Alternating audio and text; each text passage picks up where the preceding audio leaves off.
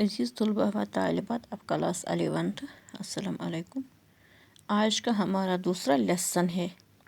اسی نظم سے، پیج نمبر ہے یہ 178۔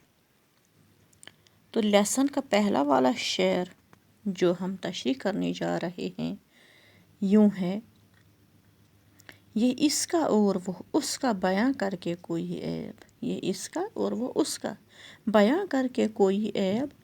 ہر ایک ہے اپنی اپنی بڑائی نکالتا، ہر ایک ہے اپنی اپنی بڑائی نکالتا ہے۔ یعنی کوئی کسی ایک کا اس کا عیب جوئی کرتا ہے تو کوئی کسی اور کی عیب جوئی کرتا ہے، یا کوئی کسی کی خوبی کرتا ہے تو کوئی کسی کی برائی کہتا ہے۔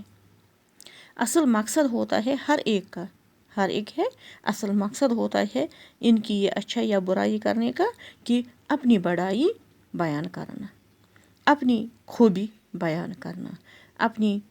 برتری بیان کرنا۔ اصل مقصد ہوتا ہے ہر کسی کا یہی کہ اپنی بڑائی ظاہر ہو جائے، چاہے کوئی کسی کی عیب جوئی کرتا ہے یا کوئی کسی کی تعریف کرتا ہے، تو اصل مقصد میں اس کا یہی ہوتا ہے کہ وہ اپنی بڑائی کسی نہ کسی طرح اپنی بڑائی ظاہر کرے۔ جی ہاں بیٹے، غیبت امید ہے کہ نہ ہوتی جہاں میں، ہوتا اگر یہ خاک کا پتلا نہ خود ستا۔ فرماتے ہیں شاعر کہ مجھے امید ہے، پوری امید ہے کہ اس دنیا میں یہ غیبت ہوتی ہی نہیں، اس دنیا میں یہ عیب نکالنا، یہ کسی کی برائیاں کرنا ہوتا ہی نہیں۔ اگر ہوتا، اگر یہ خاک کا پتلا، اگر اس دنیا میں یہ خاک کا پتلا یعنی انسان، خاک کا پتلا یعنی انسان، اگر اس دنیا میں یہ انسان خود ستا نہ ہوتا، اپنی تعریف کرنے کے قائل نہ ہوتا، تو کسی کی عیب جوئی، کسی کی غیبت، کسی کی برائیاں ہوتی ہی نہیں اس دنیا میں۔ کوئی کرتا ہی نہیں کسی کی عیب جوئی، کوئی کرتا ہی نہیں کسی کی غیبت، کوئی کہتا ہی نہیں کسی کو غلط یا برا بلا یا کچھ، اگر اس دنیا میں یہ خاک کا پتلا اپنا خود ستا نہ ہوتا، اپنی بڑائی دکھانے والا نہ ہوتا، تو شاید یہ اس دنیا میں ہوتی ہی نہیں یہ عیب جوئیاں، کسی کو برا بلا کہنا یا اچھا یا کہنا۔ اور ایک شعر: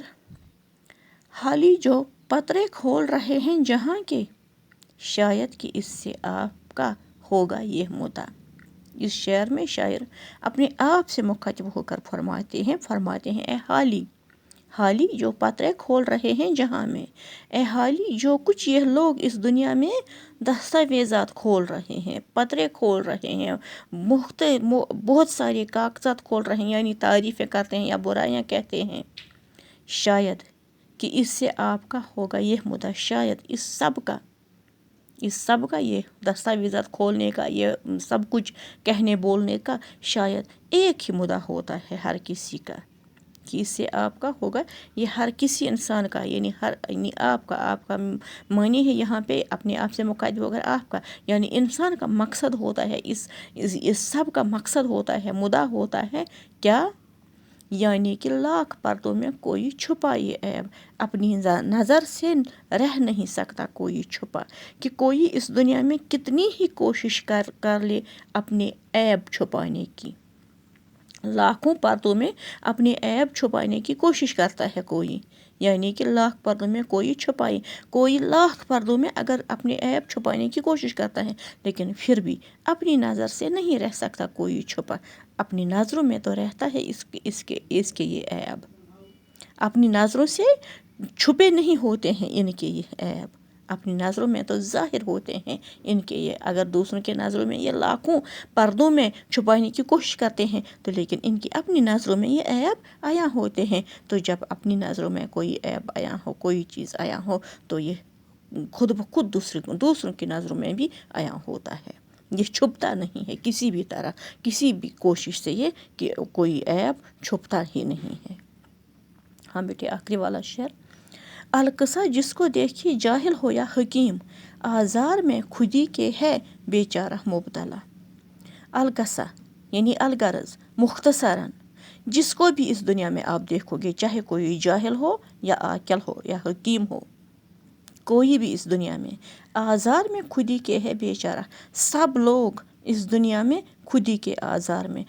خودی کے تکلیف میں، اپنی بڑائی کے دکھانے کی تکلیف میں بیچارے مبتلا ہیں، پریشان ہیں اپنی انا کو دکھانے کے لیے، اپنی بڑائی کو دکھانے کے لیے. ہر کوئی چاہتا ہے کہ اس دنیا میں ہی بڑا ہوں. اپنی بڑائی دکھانے کے لیے ہر کوئی، ہر کسی بھی کی طرح بھی کوشش کرتا ہے کہ اس دنیا میں ہی کیوں نہ بڑا ہوں. تو اس خودی کے آزار میں، اس خودی کے تکلیف میں، اس خودی کی بیماری میں، اس اپنی تعریفوں کے بیماری میں ہر کوئی اس دنیا میں مبتلا ہے. چاہے کوئی حکیم ہو، چاہے کوئی جاہل ہو، چاہے کوئی عاقل ہو، ہر کوئی یہی چاہتا ہے کہ اس دنیا میں ہی بڑا ہونا چاہیے. جی ہاں بیٹے، اس وقت اس لیسن میں اتنا ہی نظم بھی کمپلیٹ ہوتی ہے یہاں تک. تو باقی وسلام، اگر اللہ نگہبان.